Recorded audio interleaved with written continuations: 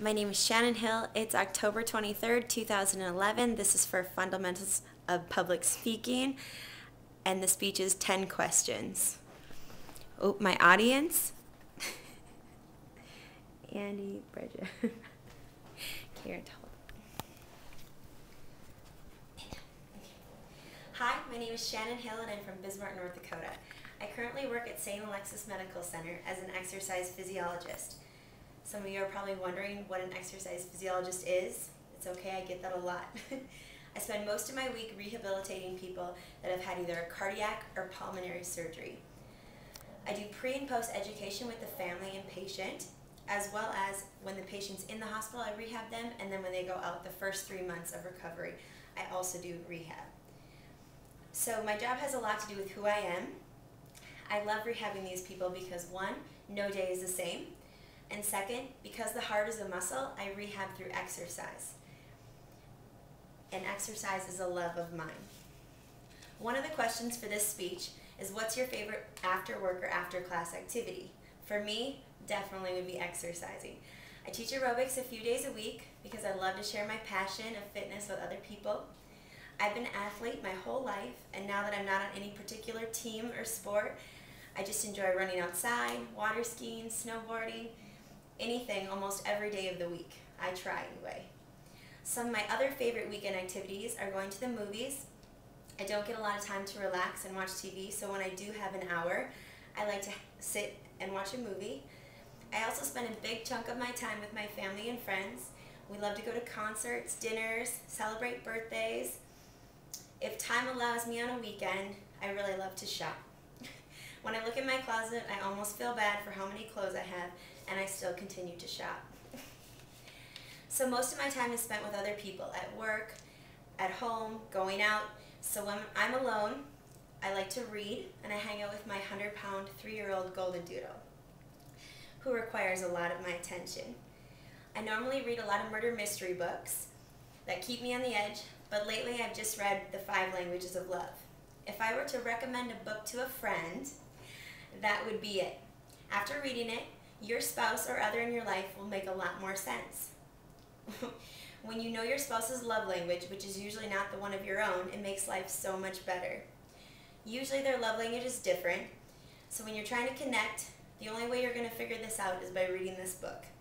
And then things come together a lot better when you know how to show them love and they know how to show you love. Speaking of love, I've been recently engaged in the last few weeks. I'm very excited, and as wedding plans begin, I realized that if someone gave me any amount of money, whether it be $1,000 or any amount, it would go towards a honeymoon. My fiance and I are big travelers. We try to go somewhere every month or two. In the last year, we backpacked Greece and chartered a sailboat in the BVI's. Before I met my fiance, I had traveled to 19 countries, and now with him, my number has gone to 23.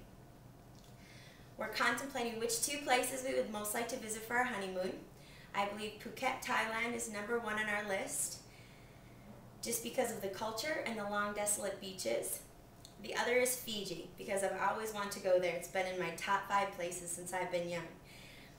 But I haven't met anyone that I could take on a deserted island until now. So I started traveling when I was very young, and by the time I went to college, it was a big passion. It was the biggest passion I had, and is still today. I graduated from the University of Minnesota Duluth with my bachelor's in exercise physiology, and though I learned a lot in college, many of the things I learned were outside the classroom. When you're on your own for your first time, you really realize how much your parents love you. You really realize what they've done for you. The first time my car broke down in college, I had no idea where to start. The only thing I knew was to call the one person that fixes everything for me, my father. And it's then, whenever anything needed to be fixed, he was there. And if it's the one thing that I don't know, or I wonder how it works, I don't know how to change a tire or fluid or anything else. So if I could choose one thing to know more about, it would be vehicles. As I talk about the skills, or lack thereof, the one I would like to most improve on myself doesn't come from a book. If I could improve something, it would be being able to be better at confrontation. I don't do well with drama or judgment. I like to speak with how I feel when it's appropriate, And at the same time, I really look up to those who can say what they want, when they want, at any time. On the other hand, maybe my greatest skill that I'm most proud of, and as my brother always says, I have a gift of being able to relate to people. I adapt to many situations, and because of the travels and places I work, dealing with different people, you learn a lot about how to understand them and what they've gone through.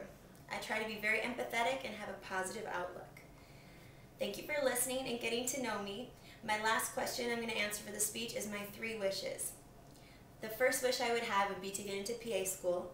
The second wish I would have would be health for my family and friends. And the third would be a life full of travel and adventure with my soon-to-be husband. Thank you. Woo-hoo. Good job, Shannon. Okay.